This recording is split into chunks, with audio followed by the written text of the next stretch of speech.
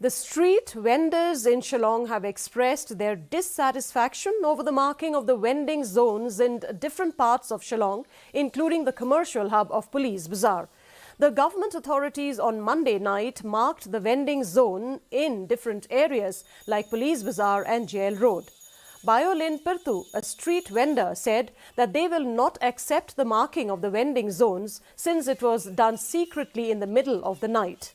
Asking the Deputy Commissioner to intervene into the matter, the vendor said that the vending zones should have been marked in consultation with the hawkers.